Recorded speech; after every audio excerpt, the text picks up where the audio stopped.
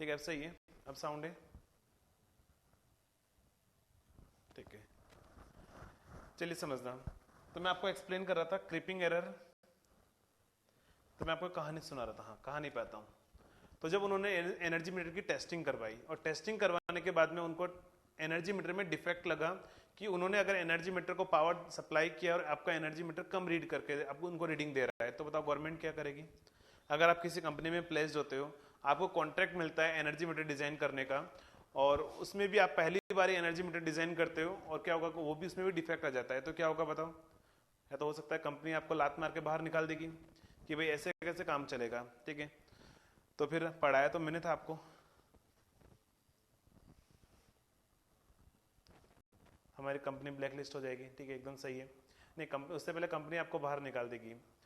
तो देखो आप बोलोगे कि यार आप मेरे पास आए, जब अपने कंपनी ने आपको जब डांट फटकार लगाई होगी तब आप मेरे पास में आए कि सर आपने जैसा बोला वैसा हमने एनर्जी मीटर डिजाइन कर लिया, फिर क्या दिक्कत आई? आपने जैसा बोला कि ये काम करना, हमने सारा काम कर लिया, तो पता नहीं फिर क्या दिक्कत आई। तो मैंने बोला देखो आपने जो डिजाइन किया एनर्जी मीटर उसमें कोई दिक्कत नहीं है, आपने बिल्कुल सही डिजाइन किया, एकदम सही, क्योंकि मैं तो गलत पढ़ा नहीं सकता हूँ ना, मैं गलत कैसे बता सकता हूँ, मैंने तो आपको सही बताया एकदम। तो मैंने बोला कि आपने जो काम किया है, जो डिजाइन किया है वो एकदम सही डिजाइन किया है, बस आपने एक चीज का ध्यान नहीं रखा, ठीक है। एक चीज का ध्यान नहीं रखा, क्या ध्यान नहीं रखा? कि जब आपने इस एल्यूमिनियम डिस्क को किसी न किसी के ऊपर माउंट तो किया होगा ना, अगर एल्यूमिनियम डिस्क यहाँ रिवॉल्व हो रही है तो किसी न किसी के ऊपर माउंट किया होगा। अब जिसके ऊपर माउंट किया हुआ है, सपोज मान के चलो आपने यहाँ पर किसी न किसी के ऊपर माउंट किया हुआ है इसको, तो आप मुझे बताओ यहाँ पर फ्रिक्शन होगा या नहीं होगा? अरे एल्यूमिनियम डिस्क जिस पॉइंट के ऊपर या जिस पॉइंटर के ऊपर रिवॉल्व करेगी उसका फ्रिक्शन आएगा या नहीं आएगा वहां पर? और आपको पता है अपन एक नया नया कोई भी चीज डिजाइन करते हैं तो उस टाइम पर फ्रिक्शन क्या होगा, ज्यादा होगा या फ्रिक्शन कम होगा? अगर आप कोई भी एक डिवाइस डिजाइन करोगे और डिजाइन करने के बाद में किसी एक पर्टिकुलर चीज पर उसको रिवॉल्व करवाओगे तो नई नई डिवाइस में क्या होगा, फ्रिक्शन क्या होगा, ज्यादा होगा, ठीक है। और फ्रिक्शन ज्यादा होगा, तो मैंने बोला आपने सही डिजाइन किया एकदम, लेकिन प्रॉब्लम यहां पर आ रही थी कि यहां पर जिसके ऊपर आपने एल्यूमिनियम डिस्क को माउंट किया था वहां पर फ्रिक्शन था, ठीक है, यहां पर क्या था, फ्रिक्शन था। और अगर यहां पर फ्रिक्शन था तो उसकी वजह से क्या हो रहा है कि फ्रिक्शन की वजह से आपकी एल्यूमिनियम डिस्क में रिवॉल्यूशन क्या होगा, स्लो रिवॉल्यूशन होगा, और आपकी स्पीड, आपकी जो एल्यूमिनियम डिस्क होगी वो स्लो स्पीड से रिवॉल्व होगी, ठीक है।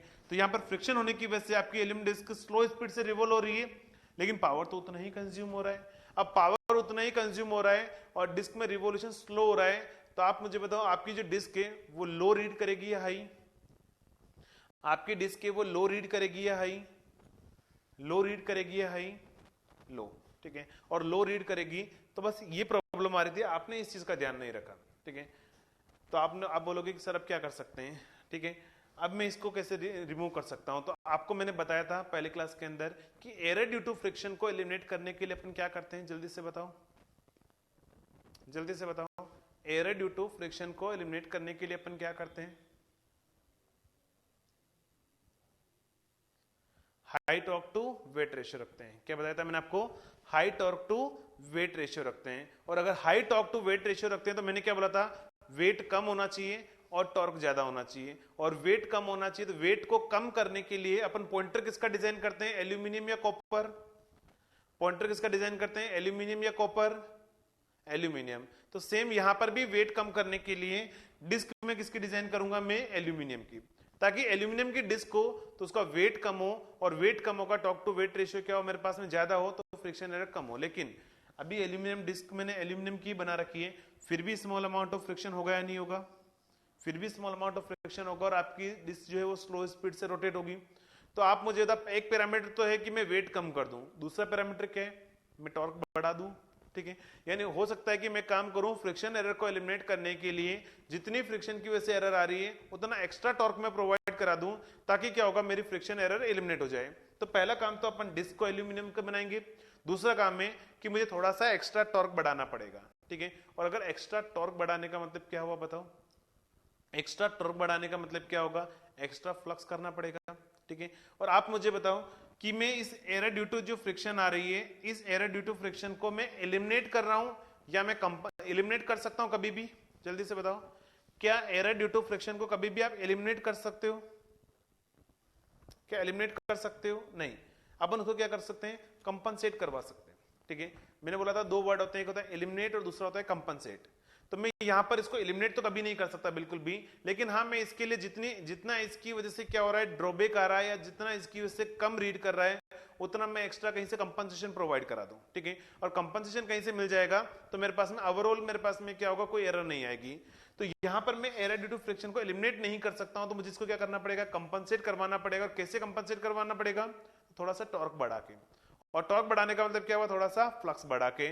तो अपन क्या करते हैं, यहां पर स्मॉल अमाउंट ऑफ टॉर्क बढ़ाने के लिए अपन क्या करते हैं, यहां पर एक एक्स्ट्रा कॉइल और कनेक्ट कर देते हैं। और वो एक्स्ट्रा कॉइल क्या काम करेगी, एक्स्ट्रा कॉइल अपन कनेक्ट कर देते हैं और वो एक्स्ट्रा कॉइल क्या काम करेगी, एक्स्ट्रा फ्लक्स प्रोवाइड कराएगी। और ये एक्स्ट्रा फ्लक्स क्या करेगा, यहां पर एरर ड्यू टू फ्रिक्शन हो रही होगी उसको क्या करेगा, कंपनसेट कर देगा। इसीलिए इसका नाम क्या होगा, कंपनसेटिंग कॉइल, कंपनसेटिंग कॉइल। इसको अपन क्या बोलेंगे, कंपनसेटिंग कॉइल, ठीक है। तो फिर मैंने क्या बोला कि compensating coil extra flux provide करा देगी और उसकी वजह से क्या होगा, आपके पास में एनर्जी मीटर क्या करेगा, आपके पास हाई स्पीड से रोटेट हो जाएगा इसकी डिस्क और आपका एनर्जी मीटर अब एक्यूरेट रीड करेगा। तो मैंने आपको बोल दिया कि देखो आपने जो एनर्जी मीटर डिजाइन किया था उसमें ये प्रॉब्लम थी कि आपने फ्रिक्शन का ध्यान नहीं रखा। अगर आप फ्रिक्शन का ध्यान रखते हैं तो इसमें फिर कोई दिक्कत नहीं है। तो मैंने आपको बोल दिया कि अब आपका एनर्जी मीटर एक्यूरेट है। तो हुआ क्या, कंपनी ने आपको एक चांस और दे दिया। ये मान के आपको बताया ना कि एक गलती में दूसरे मतलब एक बार कोई गलती कर दे ऐसा नहीं कि दूसरा चांस नहीं मिलता है, एक चांस तो और दिया जाता है। लेकिन अगर कोई बार बार गलती करे तो उसको फिर कोई चांस नहीं मिलता है। तो हुआ क्या, कुछ टाइम बाद कंपनी ने आपको एक और चांस दिया कि ठीक है आपके पास में एक चांस हो रहे, इस बार अगर आपने एनर्जी मीटर खराब बनाया तो होगा क्या, हम आपको निकाल देंगे। तो फिर तो मैंने आपको बता ही दिया कि देखो आपने किसी चीज का ध्यान नहीं रखा, सिर्फ फ्रिक्शन का ध्यान नहीं रखा, ठीक है। अगर आप फ्रिक्शन का ध्यान रखते तो फिर कोई दिक्कत नहीं है। तो फिर से आपको क्या हुआ, कंपनी गवर्नमेंट की तरफ से कॉन्ट्रैक्ट मिल गया 1000 एनर्जी मीटर डिजाइन करने, ठीक है। और एनर्जी मीटर डिजाइन करने और उसको क्या करना है, डिस्ट्रीब्यूट करवाना है। तो आपने क्या किया अपनी तरफ से, जैसा मैंने बोला कि आप एनर्जी मीटर डिजाइन करो, आपने एनर्जी मीटर डिजाइन कर लिया और गवर्नमेंट को दे दिया, ठीक है, कि ये लो एनर्जी मीटर। गवर्नमेंट ने क्या किया, उस एनर्जी मीटर को डिस्ट्रीब्यूट करवा दिया एरिया के अंदर। और पूरे एरिया में डिस्ट्रीब्यूट कराने के बाद में जब उन्होंने 6 महीने बाद चेक किया, तो 6 महीने बाद जब उन्होंने 500 मेगावाट पावर सप्लाई किया और अगर उनके पास में भी 500 मेगावाट का पावर आया, मतलब पैसा आ गया, तो बताओ क्या होगा, गवर्नमेंट क्या होगा, हैप्पी, गवर्नमेंट भी खुश है और आप भी खुश। यानी 500 मेगावाट का पावर सप्लाई किया और 500 मेगावाट का पैसा आ गया, तो फिर कोई दिक्कत ही नहीं है, ठीक है, कोई दिक्कत नहीं है, आराम से आपकी लाइफ भी स्मूथ चल रही है, कोई दिक्कत नहीं, आप भी आराम से जॉब कर रहे हो। लेकिन हुआ क्या, 2 या 2.5 साल 2-3 साल बाद, ठीक है, 3 साल बाद में क्या हुआ कि एक जो फैमिली है वो 5-6 महीने के लिए या 6 महीने के लिए घर से बाहर चली गई, ठीक है। एक फैमिली 5-6 महीने के लिए क्या हुआ, घर से बाहर चली गई और उन्होंने अपने सारे पावर जो भी थे, पावर कंज्यूम करने वाले इक्विपमेंट सबको बंद करके गई। लेकिन जब वो 6 महीने बाद घर लौटी तो 6 महीने बाद क्या हुआ, उनको मिला कि 6 मंथ के बाद में उनके घर पर मान के चलो 200 या 300 यूनिट का बिल पड़ा हुआ है। बताओ क्या होगा, अगर आप 6 महीने के लिए अपने घर पर कोई पावर कंज्यूम ना करो और जब आप 6 महीने बाद घर लौटो और आपको कहीं पर ऐसा बोले कि 5000 का बिल पे करना है या 2000 का बिल पे करना है, बताओ क्या होगा, मन ही मन में गुस्सा आएगा या नहीं आएगा, अटैक आ जाएगा। ऐसा तो यार ऐसा कैसे हो सकता है भाई, मैं तो 6 महीने से हुई नहीं, मैंने तो पावर ही कंज्यूम नहीं किया हुआ है। और आप मुझे बताओ फिर पब्लिक फिर क्या होती है, गुस्सा होती है। और पब्लिक गुस्सा होने के बाद में क्या होता है, तो आप अखबारों में सुनते ही होंगे कि जयन को भगा भगा के मारा, सुना होगा ना आप लोगों ने कि जयन को भगा भगा के मारा, आए दिन की आती है, जयन पे निकालते हैं पूरा गुस्सा, ठीक है। तो जयन बनना ही नहीं है, जयन को तो बहुत मार पड़ने को मिलती है, मतलब बहुत खाने को मिलता है, पैसा भी और मार भी, ठीक है। जयन को बहुत खाने को मिलता है, क्या दोनों चीज है ना, पैसा भी बहुत खाने को मिलता है और मार भी बहुत खाने को मिलती है। अब वो ये आपके ऊपर है कि आप जयन बनना चाहो ना बनना चाहो, उसके ऊपर डिपेंड करता है। तो देखो क्या हुआ कि 6 महीने बाद जब पब्लिक को ऐसा रिजल्ट मिलेगा कि पब्लिक आपके पास में उनको पैसा पे करना है और उन्होंने कोई पावर कंज्यूम नहीं किया, तो वो गुस्सा आपके ऊपर जरूर निकालेगा। तो फिर क्या हुआ, पब्लिक ने कंप्लेन की, ठीक है, कि भाई ये एनर्जी मीटर ऐसे खराब एनर्जी मीटर लगा रखे हैं कि वो अपन पावर कंज्यूम नहीं कर रहे हैं, और उसके बाद में भी क्या होगा कि ये हमारे यूनिट निकाल रहे हैं। तो कंपनी का अगर कंपनी को कुछ कंप्लेन मिली है तो कंपनी फिर से कुछ ना कुछ एक्शन लेगी। और एक्शन कहां पर लेगी, अच्छा सह लोगे, अरे यार इतने बुरे दिन तो नहीं आए कि पैसे के लिए मार सहन कर लेंगे यार, ऐसा नहीं होता है, मार नहीं सहन करनी। जेई क्यों बनते हो, एई बनो ना, सोच बड़ी रखो ना, जेई नहीं बनना है सर, एई बनना है, एई को खाने को नहीं मिलता है, ठीक है। एई का बहुत रेयर केस में नंबर आता है ना, जेईएन के नॉर्मली नंबर आ जाते हैं, लेकिन एई का नंबर थोड़ा सा कम आता है, बहुत लेट आता है, कि जेईएन के हो गए, फिर वहां पर नई मैटर से लड़ रहा है तो फिर एई के पास में आते हैं, बाकी जेईएन के ऊपर ही से लड़ जाता है सारा गुस्सा।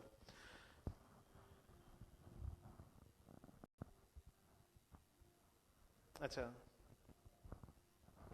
मरेंगे नहीं, ठीक है, कोई दिक्कत नहीं, जैसा आपको अच्छा लगे, ठीक है, समझना। और नॉर्मली ये थोड़ा सा राजस्थान में थोड़ा कम ही होता है, यूपी बिहार में तो बहुत ज्यादा होता है, राजस्थान में तो नॉर्मली कम होता है, इतना ज्यादा नहीं होता है, यूपी बिहार में थोड़ा सा ज्यादा होता है ये लड़ाई वड़ाई वाला काम, यहाँ पर थोड़ा सा कम ही रहता है, ठीक है, समझ। फिर भी यहाँ पर भी हो ही जाता है, कभी कभार तो आ ही जाता है न्यूज में। तो हुआ क्या कि उन्होंने कंप्लेन की, और कंप्लेन किसके ऊपर आएगी, डायरेक्ट कंपनी को अगर कंप्लेन करेगा कि आपका एनर्जी मीटर खराब है, तो कंपनी जाएगी कि ये एनर्जी मीटर किसने डिजाइन किया।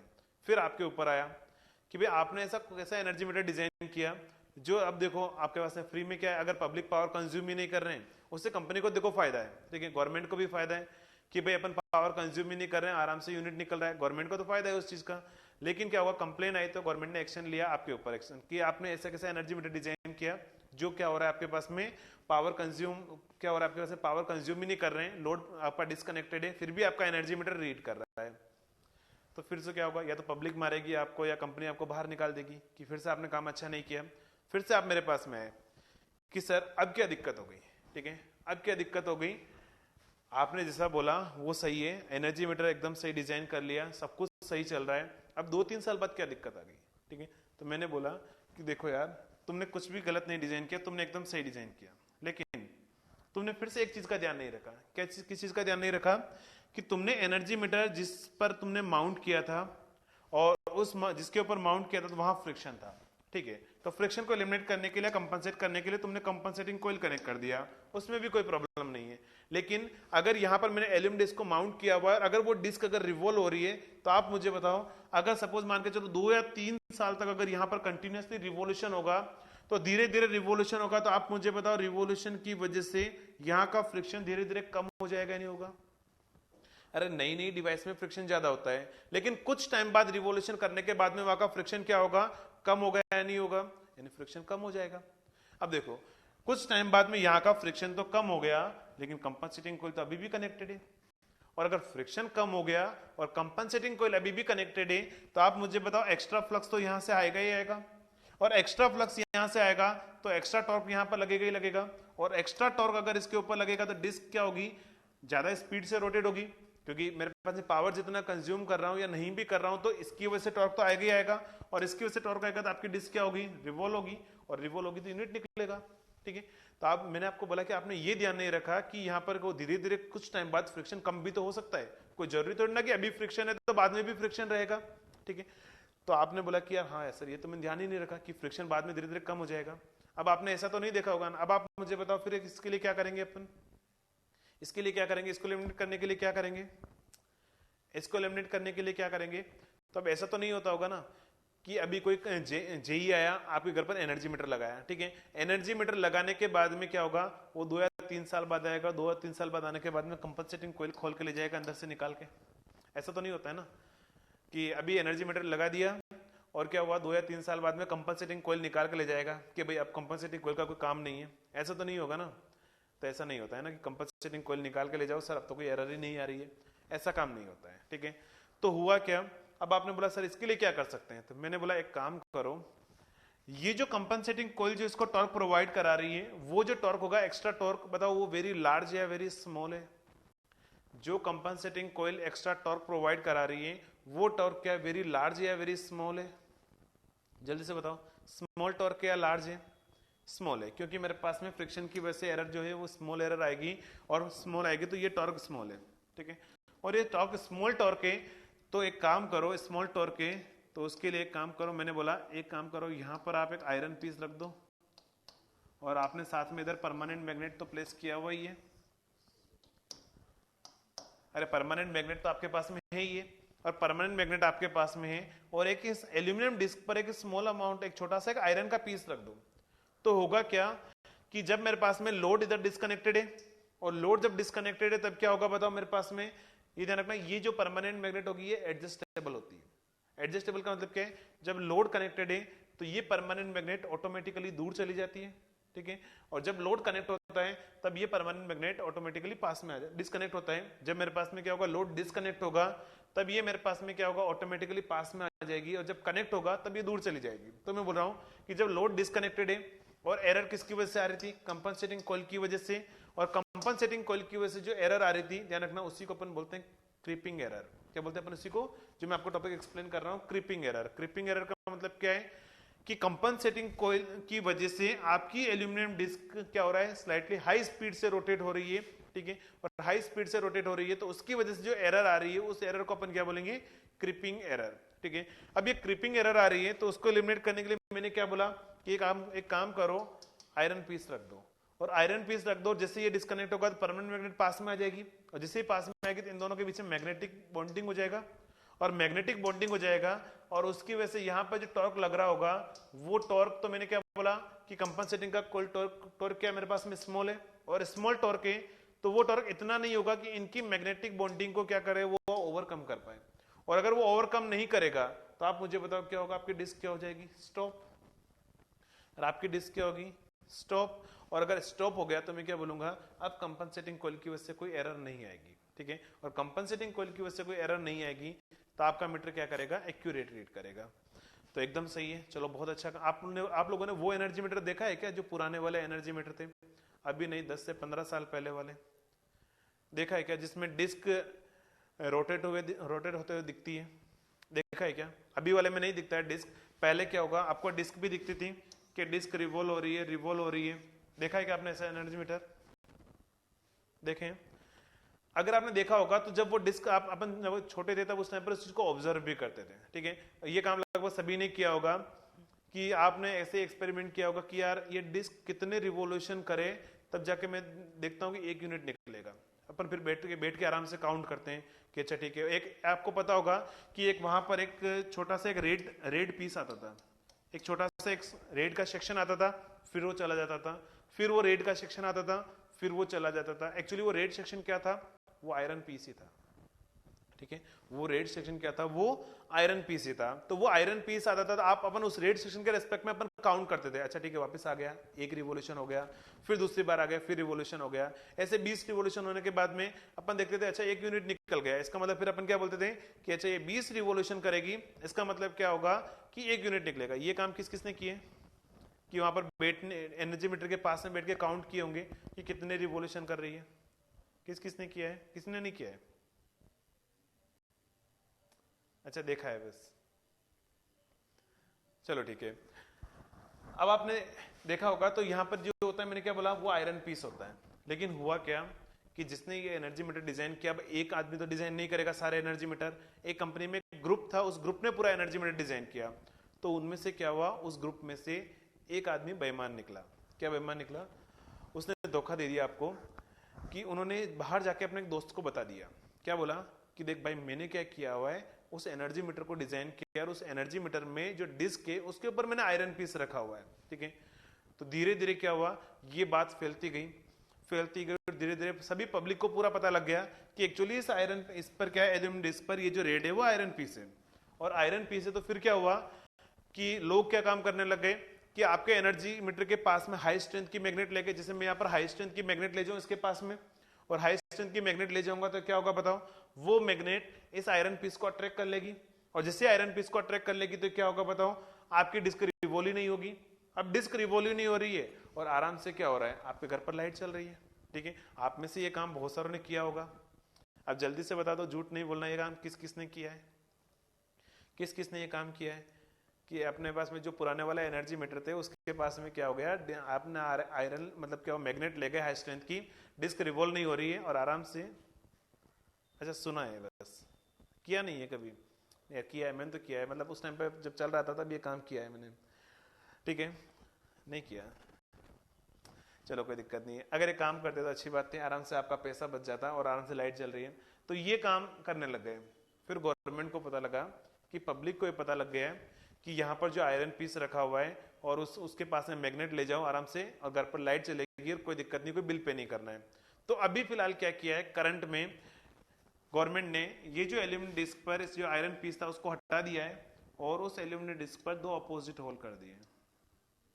और ये दो अपोजिट होल कैसे क्रिपिंग एरर को एलिमिनेट करेंगे वो मैं आपको बताऊंगा अभी, कि दो अपोजिट होल की वजह से कैसे आपके पास में डिस्क क्या होगी, रिवॉल्व नहीं होगी।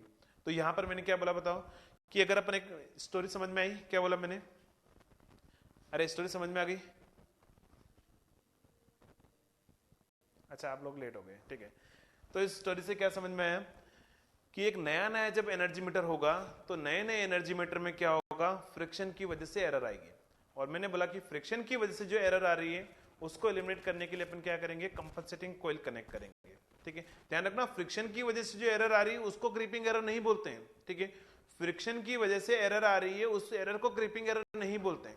मैंने बोला नया नया एनर्जी मीटर है, जब उसको अपन ने डिजाइन किया हुआ है तो उस टाइम पर फ्रिक्शन की वजह से जो एरर आ रही है उस एरर को एलिमिनेट करने के लिए अपन एक कंपनसेटिंग कॉइल कनेक्ट करेंगे, ठीक है। और कंपनसेटिंग कॉइल कनेक्ट करेंगे और उस कंपनसेटिंग कॉइल की वजह से आपकी एल्यूमिनियम, आपकी जो डिस्क होगी एल्यूमिनियम डिस्क, वो क्या करेगी, स्लाइटली हाई स्पीड से रोटेट होगी। और हाई स्पीड से रोटेट होगी तो उसकी वजह से जो एरर आएगी उस एरर को क्रिपिंग एरर बोलेंगे, ठीक है। तो क्रिपिंग एरर का मेन रीजन क्या है, जल्दी से बताओ, क्रिपिंग एरर का मेन रीजन क्या है, फ्रिक्शन या फिर कंपनसेटिंग कॉइल? क्रिपिंग एरर का मेन रीजन क्या है, फ्रिक्शन या कंपनसेटिंग कॉइल?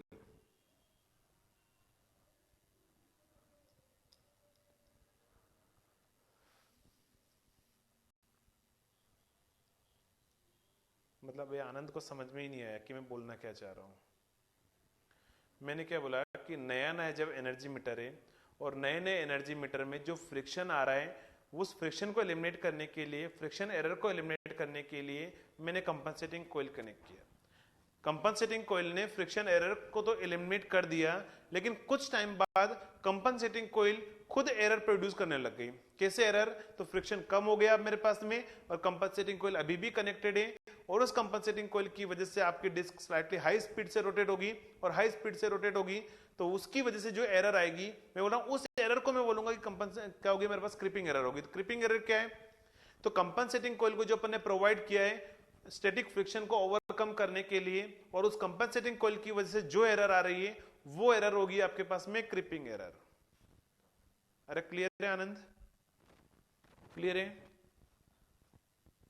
फ्रिक्शन नहीं है उसका, ठीक है, मेन रीजन है कंपनसेटिंग कॉइल। कंपनसेटिंग कॉइल को अपन ने फ्रिक्शन को ओवरकम करने के लिए जो कंपनसेटिंग कॉइल प्रोवाइड किया है और वो कंपनसेटिंग कॉइल जो एरर प्रोड्यूस करवा रही है उस एरर की वजह, उस एरर को अपन बोलेंगे क्रिपिंग एरर। तो आपको एग्जाम में बोला जाएगा कि क्रिपिंग एरर ऑलवेज पॉजिटिव होगी या नेगेटिव, जल्दी से बताओ, क्रिपिंग एरर ऑलवेज पॉजिटिव होगी या नेगेटिव, पॉजिटिव या नेगेटिव, जल्दी से बताओ।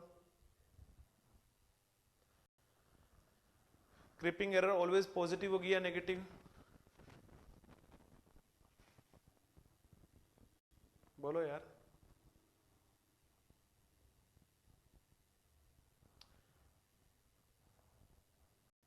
क्रिपिंग की वजह से जो एरर आ रही है, आपका मीटर हाई स्पीड से रोटेट हो रहा है या लो स्पीड से, तो आप मुझे बताओ क्रिपिंग की वजह से जो एरर आ रही है उसकी वजह से आपके मीटर क्या कर रहा है, हाई रीड कर रहा है, लो रीड कर रहा है? यार आप शायद आपको प्रेजेंस ऑफ माइंड यहाँ नहीं है। हर्षित लो कैसे बोल रहे हो यार, लो कैसे बोल रहे हो? मैं जो वर्ड बोल रहा हूँ अभी आपको शायद वो क्लियर ही नहीं हुए। मैं बोल रहा हूँ कि मैंने क्या किया, समझ लेना, फिर से एक्सप्लेन कर रहा हूँ कि यहाँ पर फ्रिक्शन था, उस फ्रिक्शन की वजह से आपकी डिस्क स्लो स्पीड से रोटेट हो रही थी, फ्रिक्शन की वजह से आपकी डिस्क स्लो स्पीड से रोटेट हो रही थी।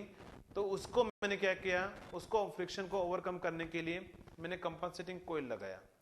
कंपनसेटिंग कॉइल लगाने के बाद में क्या हुआ, कुछ टाइम तक तो कोई प्रॉब्लम नहीं, लेकिन जब ये फ्रिक्शन धीरे धीरे कम होने लग गया यहाँ का, ठीक है, अब यहाँ का फ्रिक्शन कम होने लग गया, कंपनसेटिंग कॉइल अभी भी कनेक्टेड है, इसका मतलब एक्स्ट्रा टॉर्क अभी भी अवेलेबल है और फ्रिक्शन कम हो गया। अब फ्रिक्शन कम हो गया, टॉर्क ज्यादा हो गया, टॉर्क ज्यादा हो गया तो आपकी डिस्क क्या होगी, स्लाइटली हाई स्पीड से रोटेट होने लग जाएगी और हाई स्पीड से रोटेट होने लग जाएगी तो आपका मीटर क्या करेगा, ज्यादा रीड करेगा। और अगर आपका मीटर ज्यादा रीड करेगा तो आप मुझे बताओ मेजर्ड वैल्यू ज्यादा होगी ना ट्रू वैल्यू से। क्लियर, समझ में आ गया हर्षित? हर्षित क्लियर है? ठीक है, इसका मतलब क्या होगा, क्रिपिंग एरर ऑलवेज क्या होगी, पॉजिटिव होगी, क्रिपिंग एरर कभी भी नेगेटिव नहीं हो सकती। आपको बोला जाएगा क्रिपिंग एरर का मेन रीजन क्या है, तो मेन रीजन है कंपनसेटिंग कॉइल। लेकिन दूसरे रीजन और भी हो सकते हैं क्रिपिंग एरर के। क्या क्या रीजन, तो देखो ये मेरे पास में क्या है, एल्यूमिनियम डिस्क है, और एकदम से क्या होता है, सप्लाई वोल्टेज में एकदम से फ्लक्चुएशन आ जाए। ठीक है, आपको पता है पावर सिस्टम में वोल्टेज फ्लक्चुएशन है कॉमन चीज है। अगर पावर सिस्टम में वोल्टेज फ्लक्चुएशन, एकदम से वोल्टेज फ्लक्चुएट हुआ, तो फ्लक्चुएट होगा तो आप मुझे बताओ डिफ्लेक्टिंग टॉर्क मैंने क्या लिखाया था, phi S H into phi S C into sine of angle between them, जो भी है मेरे पास में। तो आप मुझे बताओ डिफ्लेक्ट जो ड्राइविंग टॉर्क है, वो driving torque directly proportional to flux है। और मैंने बोला था कि अभी phi S H is directly proportional to क्या है, वी फेज है। और अगर वोल्टेज में एकदम से फ्लक्चुएशन हुआ तो मेरे पास में क्या होगा, फ्लक्स में भी फ्लक्चुएशन होगा, और फ्लक्स अगर फ्लक्चुएट हुआ तो ड्राइविंग टॉर्क भी बढ़ जाएगा। और एकदम से ड्राइविंग टॉर्क बढ़ा तो आप मुझे बताओ क्या होगा, आपकी डिस्क है वो हाई स्पीड से रोटेट हो जाएगी। लेकिन क्या आप चाहोगे कि हाई स्पीड से रोटेट होनी चाहिए, नहीं, मैं चाहूंगा कि मेरा लोड के अकॉर्डिंग ही रोटेशन आना चाहिए। लेकिन वोल्टेज फ्लक्चुएट की वजह से भी अगर आपकी डिस्क अगर हाई स्पीड से रोटेट हुई तो ये भी एक क्रिपिंग एरर का काम करेगी। ठीक है, तो क्रिपिंग एरर का एक रीजन क्या होगा, पहला होगा कंपनसेटिंग कॉइल, दूसरा रीजन क्या होगा, वोल्टेज फ्लक्चुएशन। कि अगर वोल्टेज फ्लक्चुएट हुआ तो भी आपका मीटर क्या होगा, थोड़ा सा हाई रीड कर सकता है। या फिर ये मेरी डिस्क है, और डिस्क के पास में अगर मैं मैकेनिकल वाइब्रेशन करूं, ठीक है, मैकेनिकल वाइब्रेशन करूं, यानी अगर आप एनर्जी मीटर के पास में क्या कर रहे हो, बहुत ज्यादा वाइब्रेशंस कर रहे हो, और अगर बहुत ज्यादा वाइब्रेशन कर रहे हो तो हो सकता है उनके वाइब्रेशन की वजह से ये डिस्क लो स्पीड से रोटेट हो सकती है। ठीक है, वाइब्रेशन में भी तो डिस्क का मूवमेंट होगा। ठीक है, और अगर वाइब्रेशन होने की वजह से अगर मूवमेंट हुआ तो भी क्या होगा, एरर प्रोड्यूस होगी। तो क्रिपिंग एरर के रीजन क्या क्या होते हैं, मेन रीजन होता है compensating coil provided to overcome the static friction. ठीक है, कंपनसेटिंग कॉइल जो प्रोवाइड किया है स्टैटिक फ्रिक्शन को ओवरकम करने के लिए, उसकी वजह से जो एरर आएगी वो क्रिपिंग एरर होगी। लेकिन और रीजन क्या हो सकते हैं, तो क्रिपिंग वोल्टेज फ्लक्चुएशन और मैकेनिकल वाइब्रेशन। तो एक बार ईएससी में क्या क्वेश्चन आया कि क्रिपिंग एरर का रीजन क्या है, तीन ऑप्शन ये दे रखे थे जो मैंने बताया, चौथा ऑप्शन दे रखा था ऑल ऑफ अबाउ। क्या आंसर लगाओगे, चौथा ऑप्शन दे रखा था ऑल ऑफ अबाउ, क्या आंसर लगाओगे, क्या आंसर लगाओगे, ऑल ऑफ अबाउ। दूसरी बार क्वेश्चन आया कि क्रिपिंग एरर का रीजन क्या है, तीन ऑप्शन ये दे रखे थे और चौथा एक और ऑप्शन दे रखा था, और क्रिपिंग एरर का रीजन क्या है पूछा था, क्या आंसर लगाओगे, क्या आंसर लगाओगे, कंपनसेटिंग कॉइल। तो ध्यान रखना कंपनसेटिंग कॉइल मेन रीजन है, अदरवाइज एक्स्ट्रा रीजन ये भी हो सकते हैं क्रिपिंग एरर के। फिर आपसे पूछा जाएगा क्रिपिंग एरर को एलिमिनेट करने के लिए क्या करते हैं, तो क्या बोलोगे, क्रिपिंग एरर को एलिमिनेट करने के लिए मैंने एक तो क्या किया, आयरन पीस कनेक्ट किया।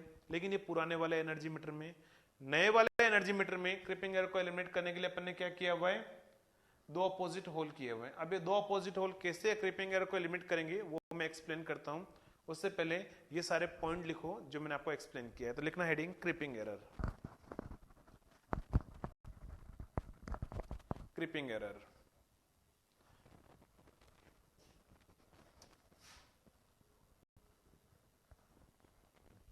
क्रिपिंग एरर लिखना इसके अंदर, in a newly constructed energy meter, in a newly constructed energy meter,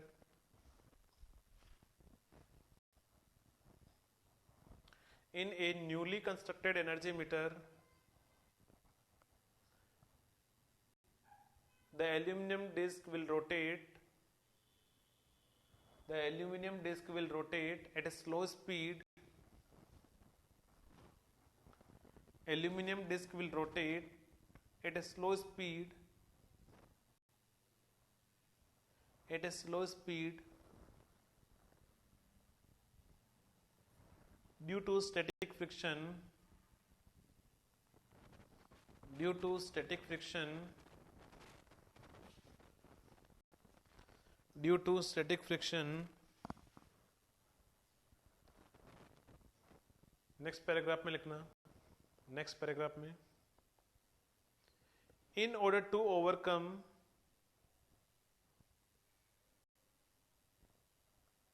in order to overcome this problem, in order to overcome this problem, a compensating coil, ठीक है फिर से repeat कर देता हूं लिखना, in a फिर से रिपीट कर रहा हूं, सुन लेना। In a newly constructed energy meter, in a newly constructed energy meter, the aluminum disc will rotate, the aluminum disc will rotate at a slow speed, at a slow speed,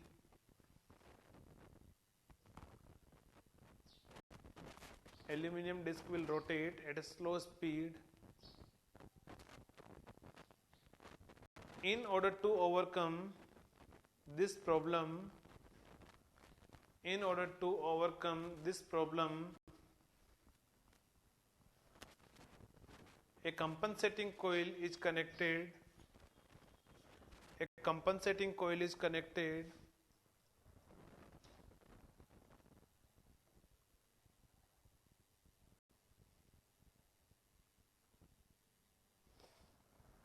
next paragraph में लिखना, due to compensating coil provided, due to compensating coil provided in order to overcome, due to compensating coil provided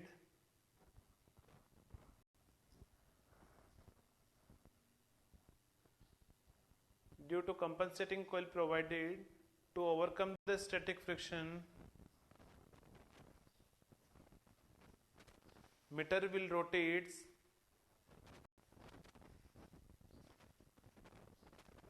meter will rotates at slightly higher speed, meter will rotate at slightly higher speed, at slightly higher speed, at slightly higher speed, slightly higher speed. Due to this, error will produced, due to this, error will produced, this error is known as creeping error, this error is known as creeping error, this error is known as creeping error, creeping error.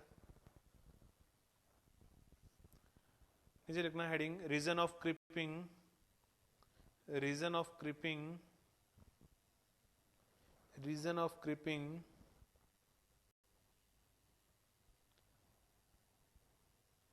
Reason of creeping. First reason लिखना, due to compensating coil,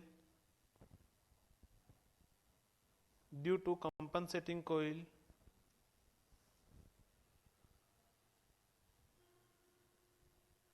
due to compensating coil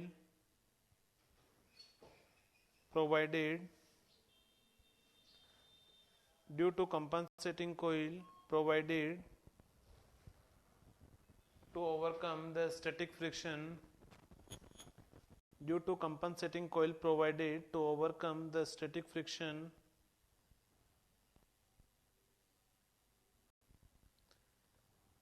due to compensating coil provided to overcome the static friction,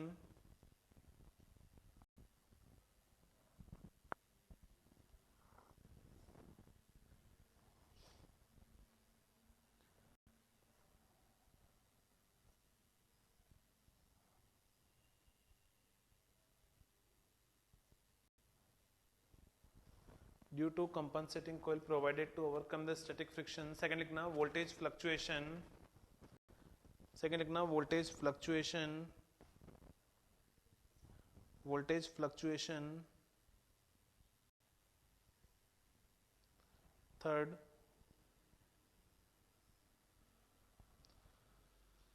mechanical vibration, mechanical vibration, mechanical vibration. Next लिखना methods to eliminate creeping error, methods to eliminate creeping error, methods to eliminate creeping error.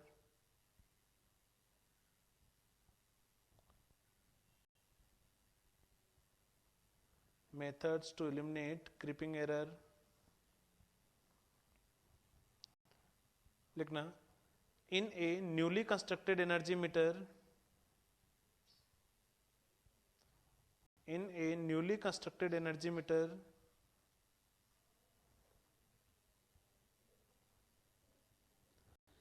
in a newly constructed energy meter, two opposite holes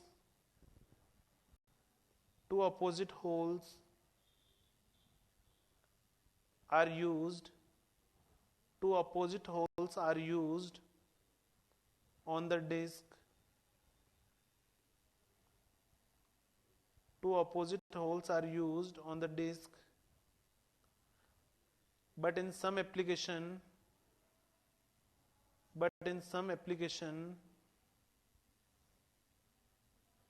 an iron piece is connected, to the disc,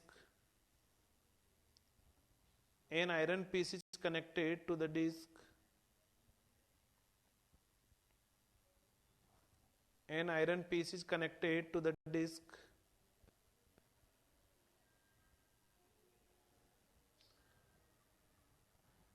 तो ये क्या था आपका creeping error. इनमें से किसी को कोई डाउट किसी पॉइंट में, इनमें से किसी भी पॉइंट में किसी को कोई डाउट, नहीं? ठीक है। अब मूवी भी देखते हो क्या आप लोग? मूवी देखते हो क्या? बॉलीवुड मूवीज, बॉलीवुड की नहीं बात कर रहा हूं, बॉलीवुड मूवीज देखते हो? यार कुछ साल पहले एक मूवी आई थी, याद नहीं आ रहा उसका नाम, सलमान खान और कैटरीना कैफ की।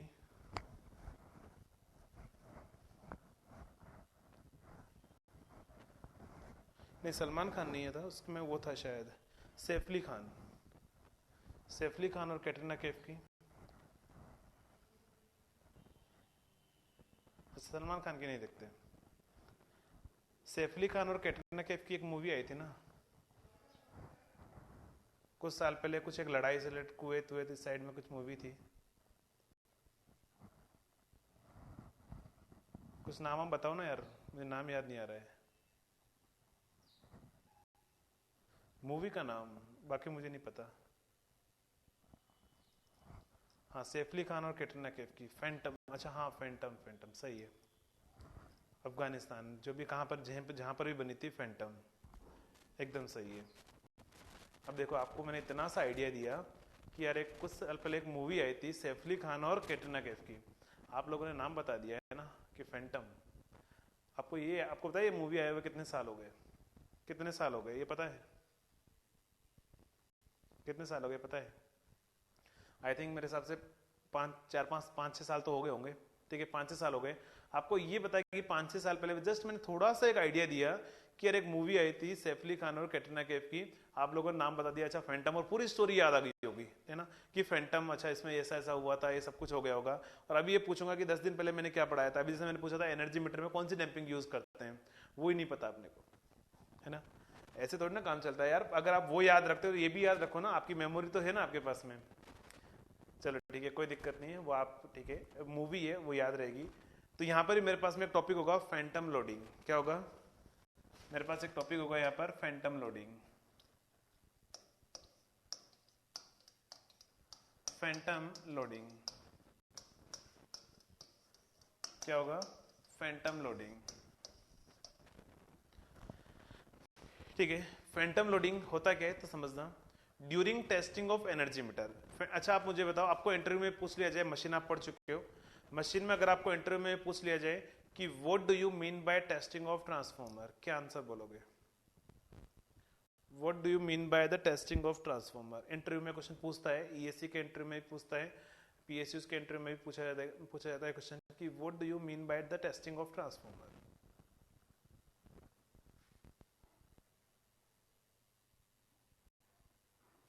To determine the parameter or and losses।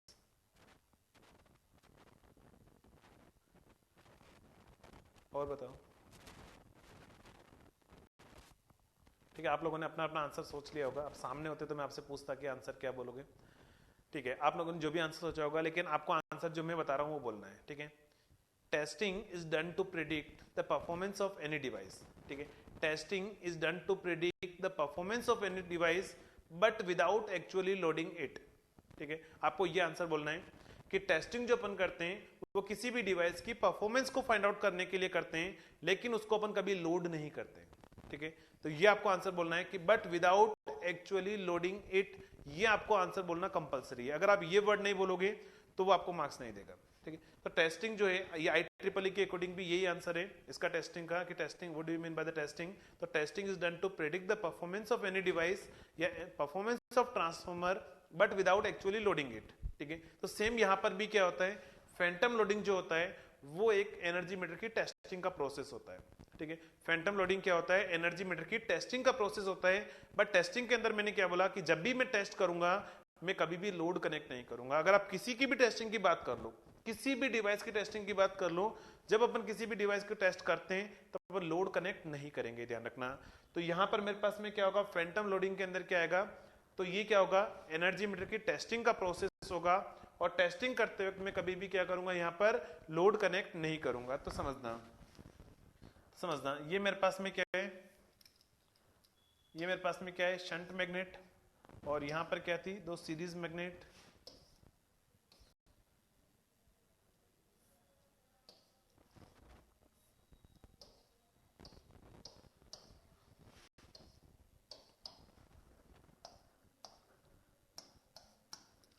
और यहां पर क्या थी मेरे पास में, शंट कोइल।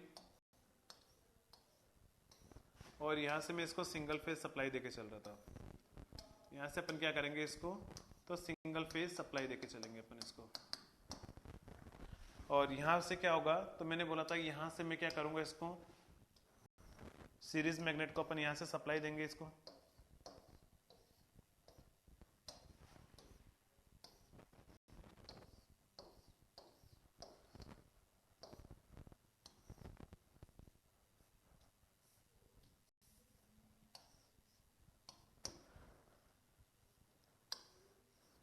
इस तरह का कनेक्शन किया था। और यहां पर ये मान के चलो ये आपके पास में क्या है, लोड है। ये मेरे पास में क्या है, लोड है। और करंट कोइल का जो रेजिस्टेंस है वो आरसी मैंने क्या बोला, वेरी लो होता है, तो 0.1 ओम मान के चल रहा हूं। और ये लोड का जो रेजिस्टेंस है ये मान के चल रहा हूं 100 ओम है। लोड का रेजिस्टेंस क्या है, 100 ओम है।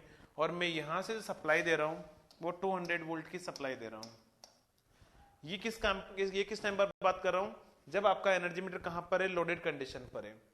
तो जब मेरा एनर्जी मीटर लोडेड कंडीशन पर है और 200 वोल्ट की जब मैं सप्लाई दे रहा हूं, तो 200 वोल्ट की सप्लाई जब मैं इसको दूंगा, तो आप मुझे बताओ यहां से जो करंट होगा, लोड करंट या फिर करंट कोइल का करंट, वो क्या होगा,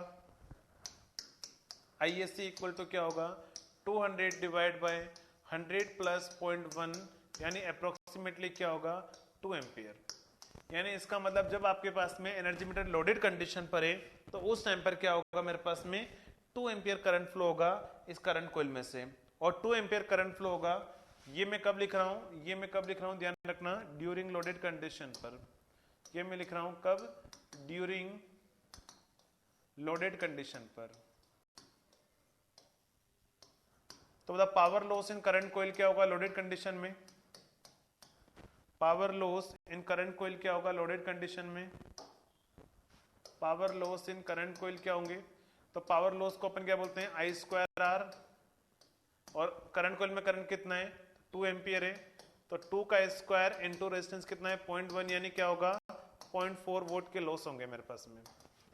लेकिन अब मैंने क्या बोला, ये तो मैं लोडेड कंडीशन पर बात कर रहा था, लेकिन मैंने क्या बोला, testing.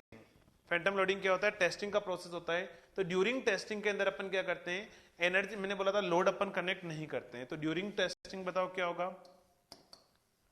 During testing, during testing के अंदर क्या होगा, तो मेरे पास में क्या होगा, लोड ZL कितना होगा, ZL कितना होगा, 0। ठीक है, या लोड रेजिस्टेंस यहाँ पर ZL equal to R equal to 100 ohm था, ZL 0 होगा। और ZL अगर 0 होगा तो अब आप मुझे बताओ ISC करंट कितना फ्लो होगा, तो 200 डिवाइड बाय 0 प्लस 0.1, यानी क्या होगा, 2000 एम्पियर करंट फ्लो होगा। तो बताओ पावर लॉस कितने होंगे, पावर लॉस कितने होंगे, तो आई स्क्वायर आर, और आई स्क्वायर आर जब मैं करूंगा तो यहां से क्या आएगा मेरे पास में, वेरी लार्ज पावर लॉस होंगे या नहीं होंगे। अरे समझ में आ रहा है क्या बोल रहा हूं मैं, कि ड्यूरिंग टेस्टिंग के अंदर अपन, टेस्टिंग का मतलब क्या है, तो टेस्टिंग इज डन टू, आप मुझे बताओ आपका एनर्जी मीटर जब आप टेस्ट करते हो तो एनर्जी मीटर आपके घर पे लगा के टेस्ट करते हैं या लेबोरेटरी के अंदर, आपके घर पर लाकर कोई टेस्ट नहीं किया जाता है, इसका मतलब लोडेड कंडीशन पर टेस्ट नहीं करते हैं। तो मैं बोल रहा हूँ कि ड्यूरिंग टेस्टिंग के अंदर अपन लोड कनेक्ट नहीं करते हैं, और अपन लोड कनेक्ट नहीं करते हैं तो करंट वेरी लार्ज होगा, और वेरी लार्ज होगा तो पावर लॉस क्या होंगे, बहुत ही ज्यादा होंगे। तो इन पावर लॉस को अपन मिनिमाइज करने के लिए, ठीक है, कि during testing of energy meter के अंदर करंट कॉइल के अंदर लार्ज पावर लॉस होंगे, और लार्ज पावर लॉस होंगे तो उन लॉस को मिनिमाइज करने के लिए अपन क्या करेंगे कि इस करंट कॉइल जो होगी उस करंट कॉइल को अपन सप्लाई से डिस्कनेक्ट करेंगे, ठीक है, और सप्लाई से डिस्कनेक्ट करने के बाद में इसको अपन एक रिड्यूस्ड वोल्टेज सप्लाई से कनेक्ट करेंगे, और रिड्यूस्ड वोल्टेज सप्लाई सपोज मैंने मान के चलो 2.2 वोल्ट अप्लाई कर दिया, ठीक है।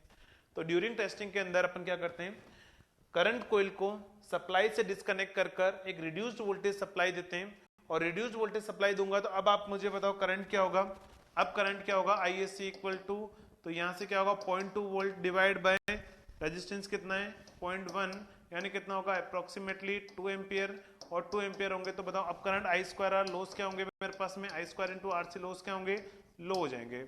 यानी अपन क्या करते हैं during testing of energy meter के लिए के अंदर अपन करंट कॉइल के अंदर पावर लॉस को मिनिमाइज करने के लिए करंट कॉइल को सप्लाई से डिस्कनेक्ट करके अपन एक रिड्यूस्ड वोल्टेज सप्लाई देते हैं in order to minimize the power loss. यही प्रोसेस क्या कहलाता है आपका, Phantom loading.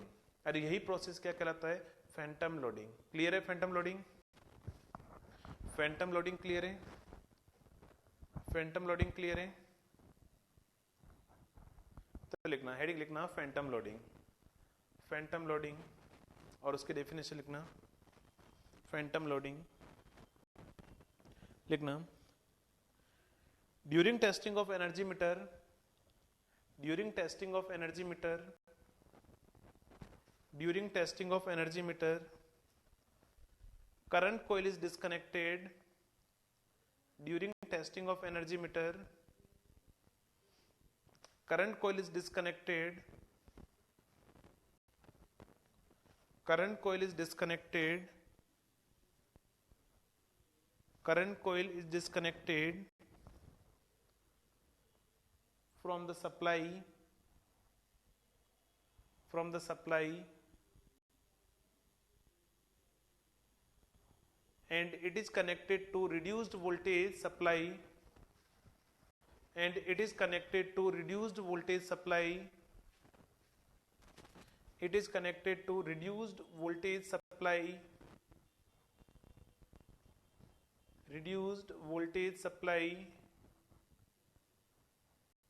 in order to minimize the power loss, it is connected to reduced voltage supply in order to minimize the power loss in current coil, in order to minimize the power loss in current coil, in order to minimize the power loss in current coil, power loss in current coil,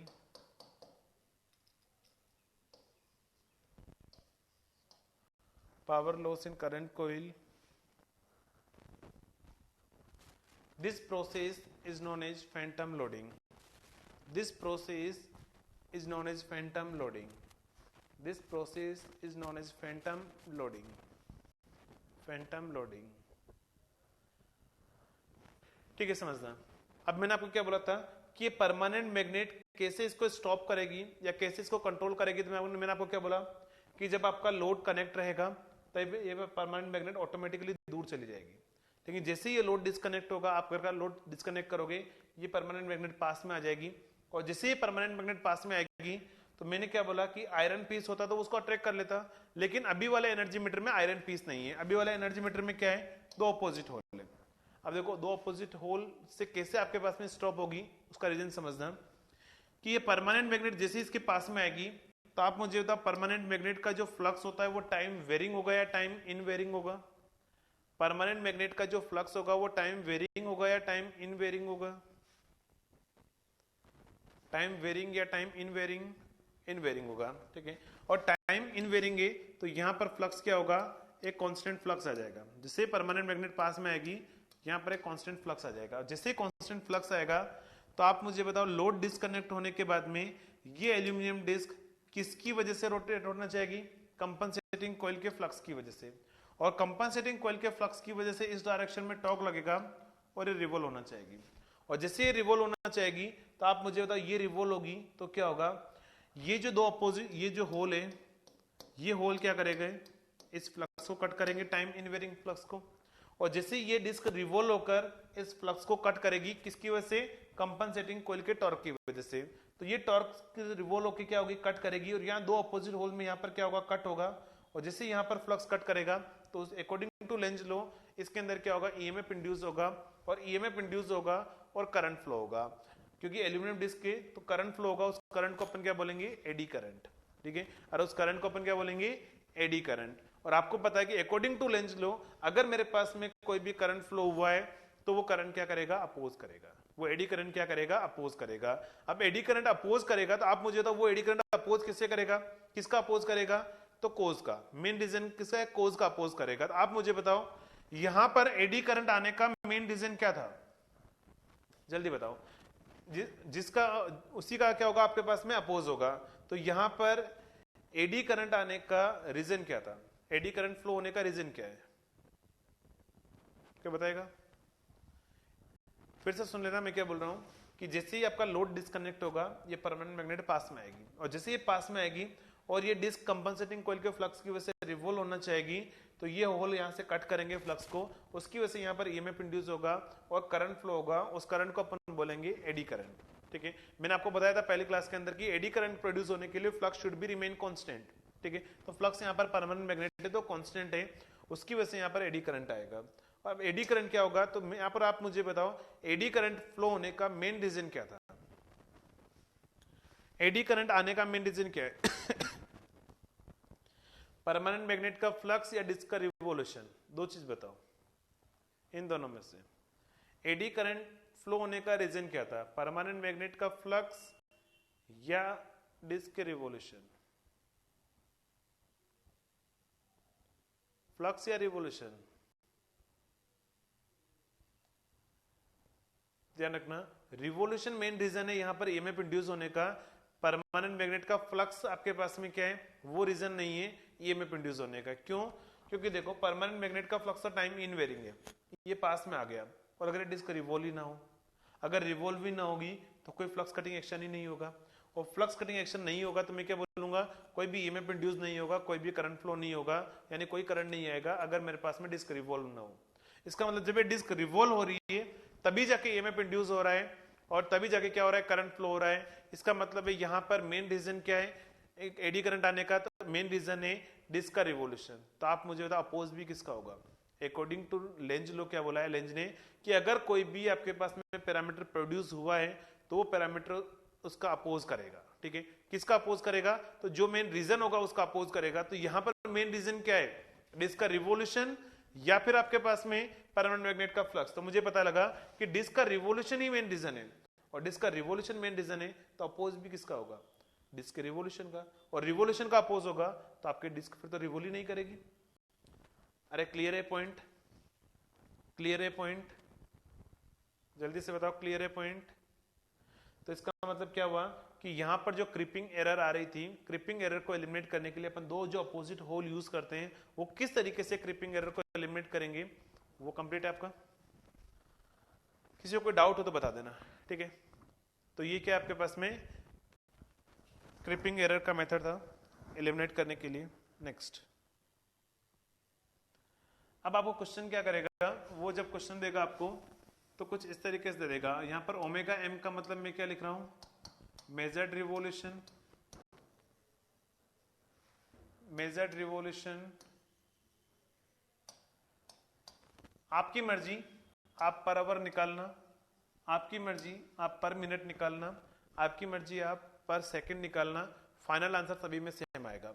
मैं यहां लिख के चल रहा हूं omega M का मतलब क्या है, मेजर्ड रिवोल्यूशन पर आवर है, और ओमेगा टी का मतलब क्या है, बट ये ध्यान रखना ट्रू रिवोल्यूशन, अगर आपने मेजर्ड रिवोल्यूशन को पर आवर में लिया है तो ट्रू रिवोल्यूशन को भी आपको पर आवर में ही लेना पड़ेगा। ठीक है, तो मैं मान के चल रहा हूं कि ओमेगा एम मेरे पास में क्या होंगे, मेजर्ड रिवोल्यूशन होंगे, ओमेगा टी क्या होगा, ट्रू रिवोल्यूशन होगा, मेजर्ड रिवोल्यूशन है, ट्रू रिवोल्यूशन है, मुझे पूछेगा बताओ परसेंटेज एरर क्या होगी एनर्जी मीटर के अंदर, तो क्या करोगे, मेजर्ड रिवोल्यूशन में से ट्रू रिवोल्यूशन को माइनस करोगे, measured value minus true value divide by true value into 100, तो यहां से क्या करोगे, आपको परसेंटेज एरर निकालना पड़ेगा। नेक्स्ट, क्रिपिंग एरर का अगर मैं फॉर्मूला लिखूं, वैसे उसकी रिक्वायरमेंट नहीं है, फिर मैं लिख देता हूं, परसेंटेज क्रिपिंग एरर का फॉर्मूला क्या होगा, तो समझना, क्रिपिंग एरर के अंदर मेजर्ड रिवोल्यूशन कितने होंगे, तो मैंने क्या बोला था, क्रिपिंग एरर क्या होती है कि कंपनसेटिंग कॉइल की वजह से आपका मीटर है स्लाइटली हाई रीडिंग क्या करेगा, रीड करेगा या मेजर करेगा। ठीक है, स्लाइटली हाई पावर क्या करेगा, मेजर करेगा, तो या फिर डिस्क आपकी हाई स्लाइटली हाई स्पीड से रोटेट होगी। तो मैं बोल रहा हूं कि मेजर्ड रिवोल्यूशन क्या होंगे, तो देखो मैं ये तो चाहूंगा कि मेरा लोड जितना पावर कंज्यूम करे उसके रेस्पेक्ट में रिवोल्यूशन तो वो तो आना ही चाहिए। ठीक है, प्लस एक्स्ट्रा रिवोल्यूशन आ रहे हैं, वो किसकी वजह से आ रहे हैं, क्रिपिंग की वजह से या कंपनसेटिंग कॉइल की वजह से, मैं चाहूंगा वो नहीं आने चाहिए। लेकिन अगर क्रिपिंग एरर हुई तो बताओ टोटल मेजर्ड रिवोल्यूशन क्या होंगे, तो लोड की वजह से रिवोल्यूशन प्लस क्रिपिंग की वजह से रिवोल्यूशन। अरे ये पॉइंट क्लियर है, मेजर्ड रिवोल्यूशन क्या होंगे जब क्रिपिंग एरर आ रही होगी, तो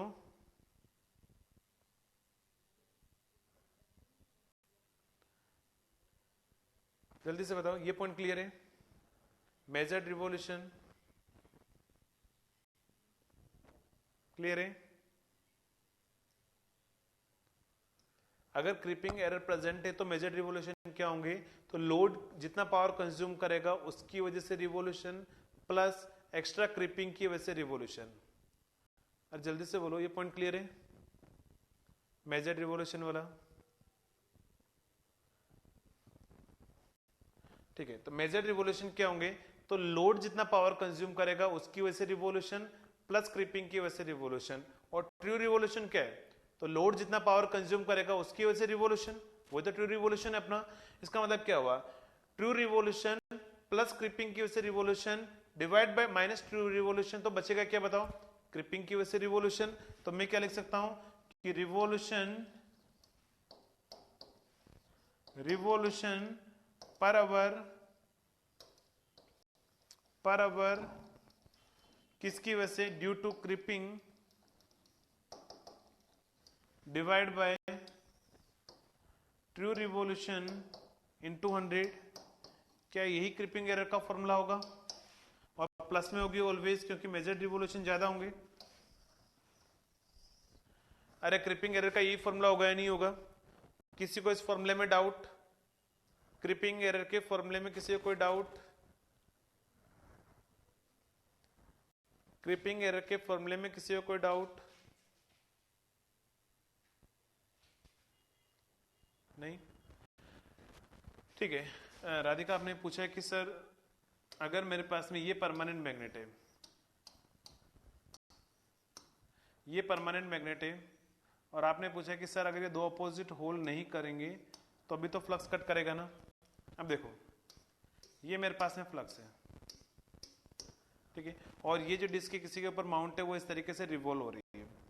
ठीक है, अब ये डिस्क इस तरीके से रिवॉल्व हो रही है, तो मैं बोल रहा हूं ये फ्लक्स जो कट करेगा, लेकिन आप मुझे बताओ मेन ज्यादा फ्लक्स कटिंग एक्शन कब होगा, होल अगर मैंने प्रोड्यूस कर दिया तो वो ज्यादा फ्लक्स कट करेंगे, या फिर इसकी साइड से जो फ्लक्स कट करेगा वो ज्यादा फ्लक्स कट होगा। वो जो यहां पर जो इसके साइड से जो फ्लक्स कटिंग एक्शन होगा, एडी करंट तो उससे भी आएगा, लेकिन वो इतना इनफ नहीं हो पाएगा। ठीक है, कि वो क्या करे, एडी करंट मेरे पास में उतना अपोज कर लेगी आपकी डिस्क रिवॉल्व ही ना हो पाए। तो उसके लिए अपन क्या करेंगे, एक्स्ट्रा मेरे पास में फ्लक्स और चाहिए, तो मैं ज्यादा फ्लक्स कटिंग एक्शन चाहता हूं ताकि मेरी पूरी क्रिपिंग एरर एलिमिनेट हो जाए। उसके लिए अपन दो अपोजिट होल करते हैं, तो वो तो कटिंग एक्शन होगा ही होगा, फ्लक्स कट करेगा ही करेगा, लेकिन उसकी वजह से जो एडी करंट आएगा या एडी करंट का जो अपोजिशन होगा वो उतना नहीं हो पाएगा कि आपकी डिस्क स्टॉप हो जाए। इसीलिए अपन उसको दो अपोजिट होल और करेंगे। ठीक है, तो ये फॉर्मूले होंगे कुछ न्यूमेरिकल करने के लिए। तो यहां तक क्या कंप्लीट है आपका एनर्जी मीटर। किसी को कोई डाउट एनर्जी मीटर के अंदर, जल्दी से बताओ, किसी को कोई डाउट एनर्जी मीटर के अंदर, किसी को कोई डाउट,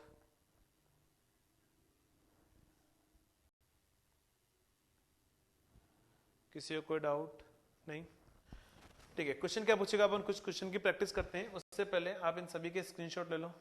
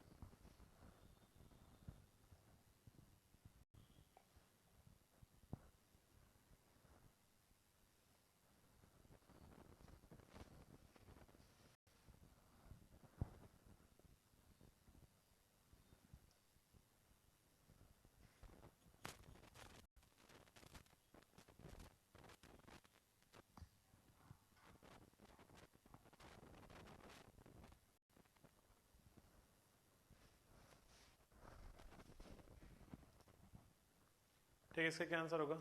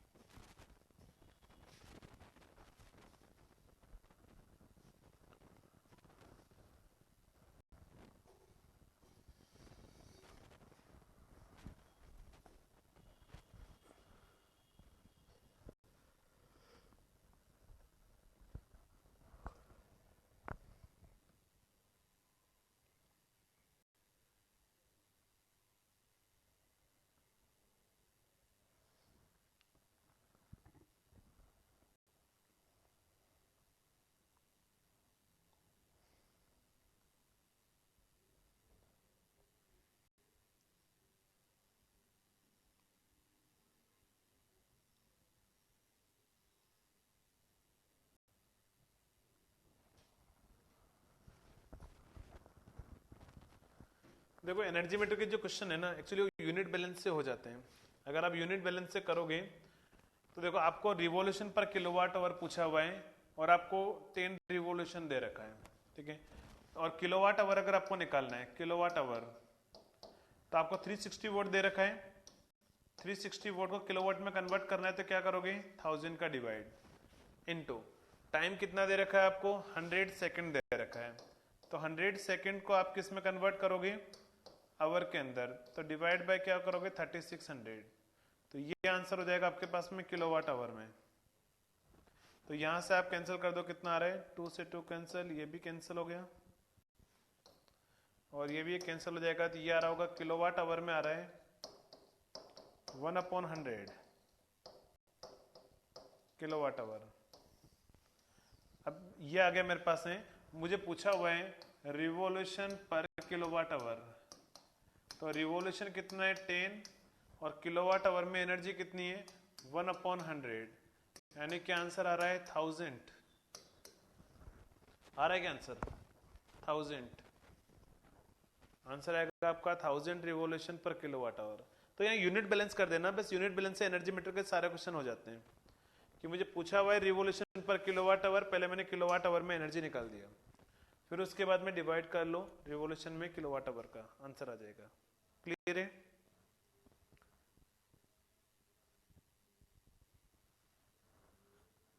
नेक्स्ट,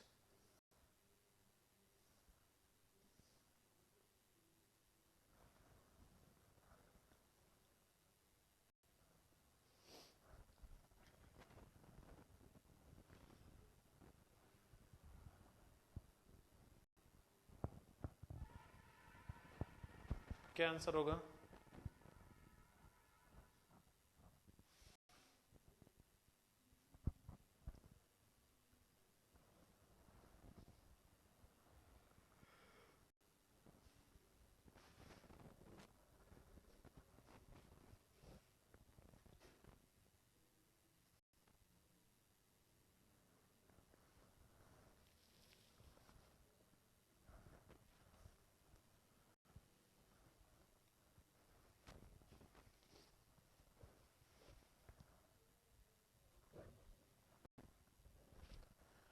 तो देखो डिवाइड और मल्टीप्लीकेशन का कॉम्बिनेशन है, पावर की एरर प्लस वोल्टेज की एरर प्लस करंट की एरर, तीनों को आप ऐड कर सकते हो। तो कितनी एरर है पावर में, 2% प्लस 1% प्लस 1% कितना हो जाएगा 4%। ये तो मैं आपको कल बता चुका हूँ, 4% आंसर होगा। नेक्स्ट,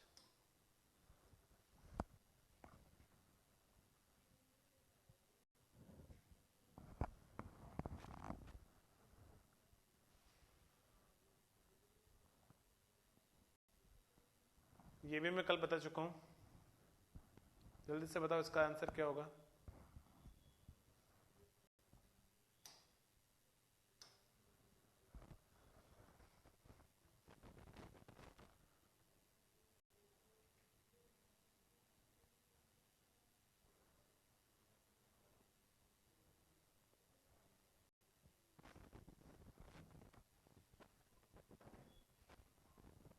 क्या आंसर होगा? तो यहां पर क्या रिलेशन बन रहा है, P is equal to I square R, और आर में एरर पूछा हुआ है तो क्या होगा P अपॉन आई स्क्वायर। तो मैंने क्या बोला था, एरर इन P आप plus error in 2 times of current में एरर को आप ऐड कर लो, परसेंटेज एरर को, ये प्लस माइनस बाहर आ जाएगा, ये प्लस माइनस और ये परसेंटेज में आंसर आ जाएगा। तो पावर के अंदर एरर कितनी है, कितनी एरर है पावर के अंदर दे रखा है क्वेश्चन के अंदर, 1.5% है। करंट में एरर कितनी है 1% है, और यहाँ से 2 से मल्टीप्लाई कर लोगे, 2% प्लस 1.5 कितना होगा 3.5%। ठीक है, नेक्स्ट एग्जाम्पल।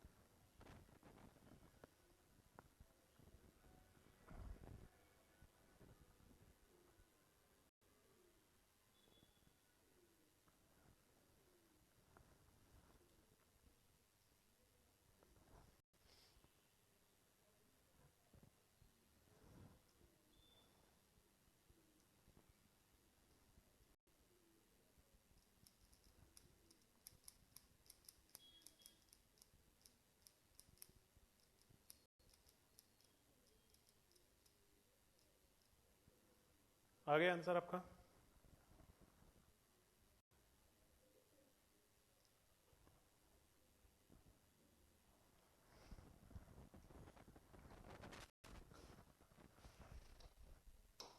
आपसे बोला हुआ रेजिस्टेंस जो है अपन वोल्ट मीटर एमीटर मेथड से फाइंड आउट कर रहे हैं। आर इज इक्वल टू क्या होगा, वी अपॉन आई। अब आपको यहाँ पर नाम दे रखा है प्रोबेबल एरर। कल मैंने आपको बताया था इस सारे नाम। प्रोबेबल एरर कितनी है वोल्ट मीटर में? 12 वोल्ट की प्रोबेबल एरर मैंने बोला था एब्सोल्यूट वैल्यूज में होता है, तो एब्सोल्यूट में ही दे रखा है। प्रोबेबल एरर करंट में कितनी है? +-2 एम्पियर है। और आपसे पूछा हुआ है कि रेजिस्टेंस में प्रोबेबल एरर कितनी होगी। तो कल मैंने आपको फॉर्मूला लिखाया था डेल वाई। वाई मतलब क्या हुआ, आर की जगह पर, तो del R divide by del small R. Probable error को स्मॉल आर से अपन डिनोट करते हैं। तब मैंने यहाँ पर आपको फॉर्मूला लिखाया था कि क्या होगा, तो del R divide by voltage के रेस्पेक्ट में डिफ्रेंशिएट करोगे तो यहाँ पर प्रोबेबल एरर वोल्टेज का स्क्वायर करोगे। Del R divide by current के रेस्पेक्ट में डिफ्रेंशिएट करोगे तो क्या करोगे, आर आई के स्क्वायर का मल्टीप्लाई करोगे। तो ये प्रोबेबल एरर निकालने का फॉर्मूला हो जाएगा यहाँ पर, क्योंकि y की जगह पर क्या है, आर है, तो मुझे आर में निकालना है। कल मैंने फॉर्मूला लिखाया था वो y के अंदर लिखाया था कि y में कैसे निकालते हैं। तो मुझे पहले चाहिए del R divide by del V और फिर चाहिए del R divide by del I. तो मैं यहाँ से पहले एक काम करूँ, del R divide by del V अगर मैं निकालूंगा तो वो बचेगा 1/i, और del R divide by del I निकालूंगा तो ये होगा -v/i²। तो 1/i, तो आई करंट तो कितना दे रखा है मुझे क्वेश्चन में, 10 एम्पियर, तो 1/10 एम्पियर। और v कितना दे रखा है मुझे क्वेश्चन के अंदर, v है 100 वोल्ट दे रखा है, तो यहाँ से आ जाएगा -100 डिवाइड बाय 10 का स्क्वायर, तो ये बचेगा -1। तो सारी वैल्यू आगे पुट कर दो। Del R divide by del V की वैल्यू 1/10 है, ये मेरे पास में क्या है -1 है, यहाँ वैल्यू पुट कर दो। तो इसके अंदर क्या आएगा आपके पास में, del R divide by del V की वैल्यू कितनी है, तो 1/10 है, तो 1/10 का स्क्वायर इंटू आर वी कितना है 12 है, तो ये हो जाएगा 12 का square plus del R divide by del I कितना है -1 का स्क्वायर, और आर आई कितना है +-2 एम्पियर, देन 2 का स्क्वायर, 2 का स्क्वायर। तो ये निकाल लो ये कितना आंसर आ रहा है।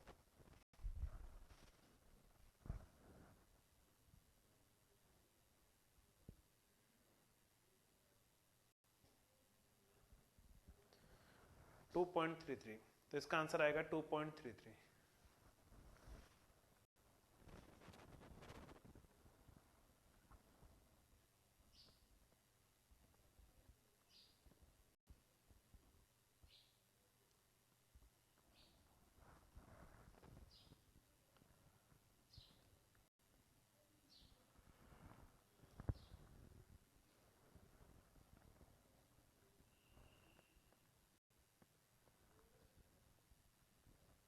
ठीक है, 2.33 आंसर सही है एकदम। नेक्स्ट,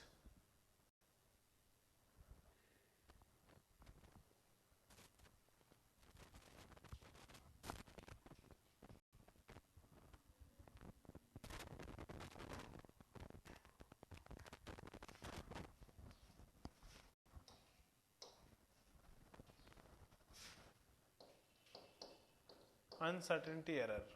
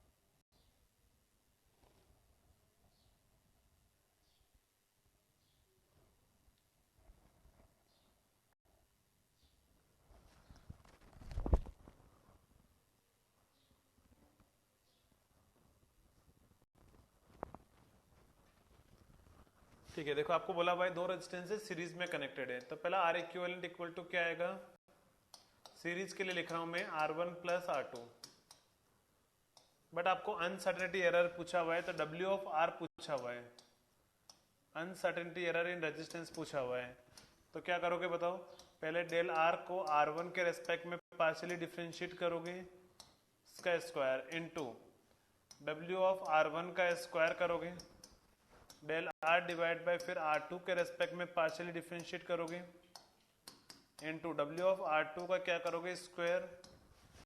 तो यहां से एक काम करो, पहले तो आप del R divide by R1 निकालो तो ये हो जाएगा 1, del R divide by R2 निकालो तो वो भी कितना आएगा 1, तो दोनों 1 1 आ रहे थे, इसमें तो कोई दिक्कत ही नहीं है।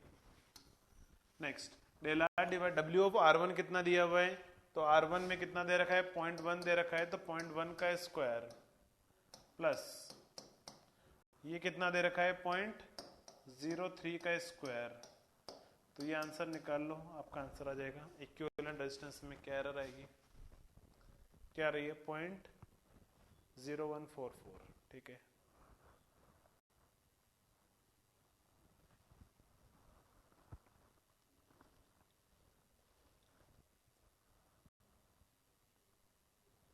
इससे जो भी आंसर आ रहा है वो निकाल लो।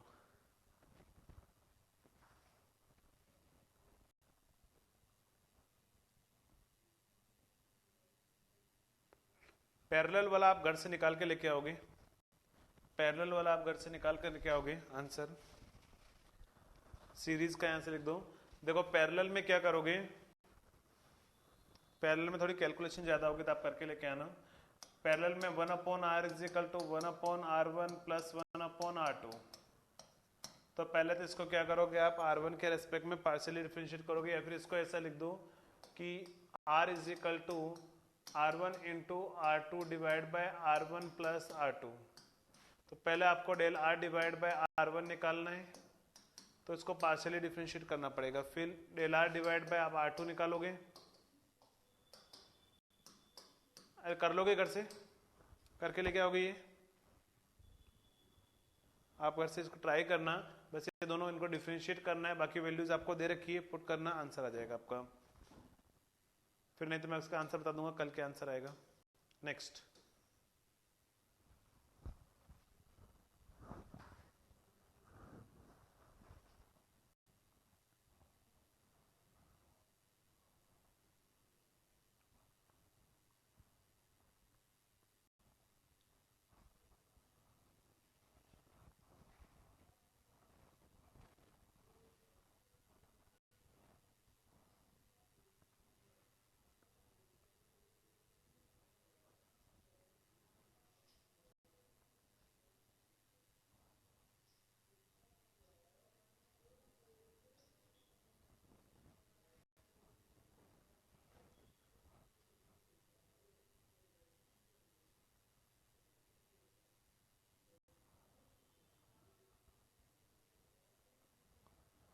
देखो एक क्वेश्चन में सॉल्व करवा देता हूं, आपको एक ही फॉर्मेट यूज करना है, यहाँ पर एक भी फॉर्मूला याद नहीं हो ना तो भी आप क्वेश्चन कर सकते हो, किसी फॉर्मूले को याद रखने की रिक्वायरमेंट नहीं है एनर्जी मीटर के क्वेश्चन करने के लिए। देखो आपको दे रखा है पहला मीटर कांस्टेंट, तो पहला तो मुझे मीटर कांस्टेंट के जो दिया हुआ है समझ लेना किस तरीके से करोगे।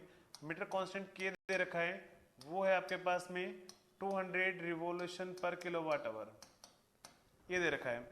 और मुझे क्या बोला हुआ है, नॉन इंडक्टिव लोड को पावर सप्लाई कर रहा है, इतना एम्पियर करंट है, और द मीटर मेक्स 3 मिनट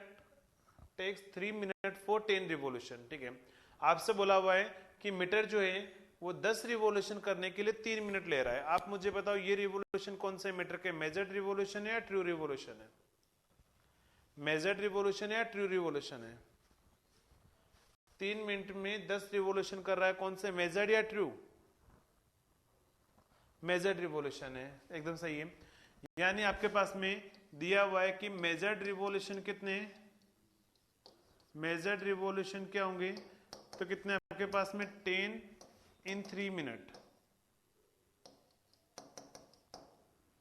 अब आप मुझे बताओ 3 मिनट में 10 रिवोल्यूशन है, तो जल्दी से बताओ 60 मिनट में कितने रिवोल्यूशन होंगे?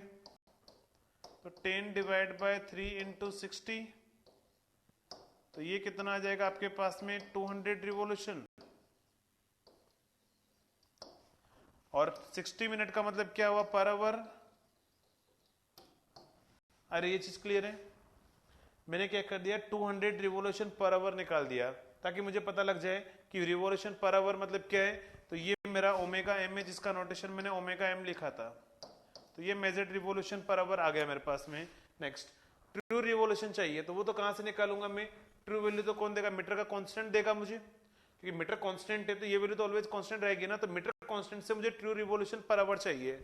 तो देखो रिवॉल्यूशन पर आवर चाहिए, तो एक काम करूं मैं इसको किलोवाट से मल्टीप्लाई कर दूं, तो देखो ट्रू रिवॉल्यूशन पर आवर क्या होंगे, ट्रू रिवॉल्यूशन पर आवर क्या होंगे।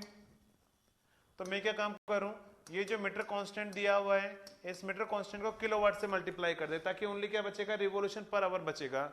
और किलोवाट के लिए पावर कितना दे रखा है, तो वोल्टेज दे रखा है 230 वोल्ट, करंट दे रखा है इतना, और नॉन इंडक्टिव लोड का मतलब क्या हुआ, रेजिस्टिव लोड है।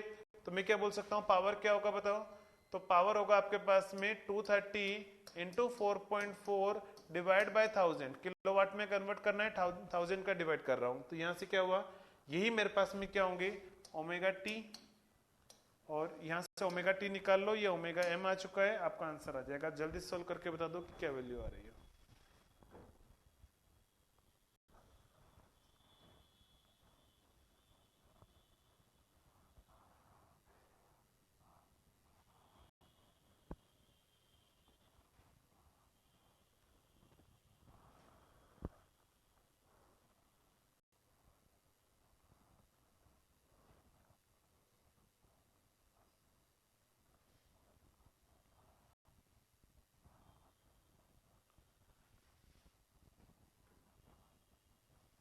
क्या रहे ट्रू रिवॉल्यूशन कितने आ रहे हैं, 1000 से 1046 इंटू 4.4, क्या आंसर आ रहा है -1.86। ठीक है सही है आंसर आएगा। तो आपको क्या करना है, बस यूनिट बैलेंस करवा देना, उससे आंसर आ जाएगा। अगर इधर रिवॉल्यूशन पर आवर में निकाला है तो उधर भी रिवॉल्यूशन पर आवर में चाहिए मुझे, तो दोनों को सेम यूनिट पे लेके आना है। नेक्स्ट डीवीएम का है, ये भी डीवीएम का है। ठीक है इसका आंसर बताओ।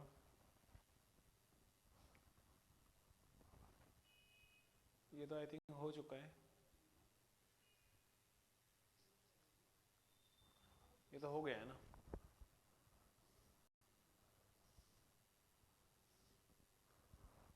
ठीक है इसका आंसर बताओ।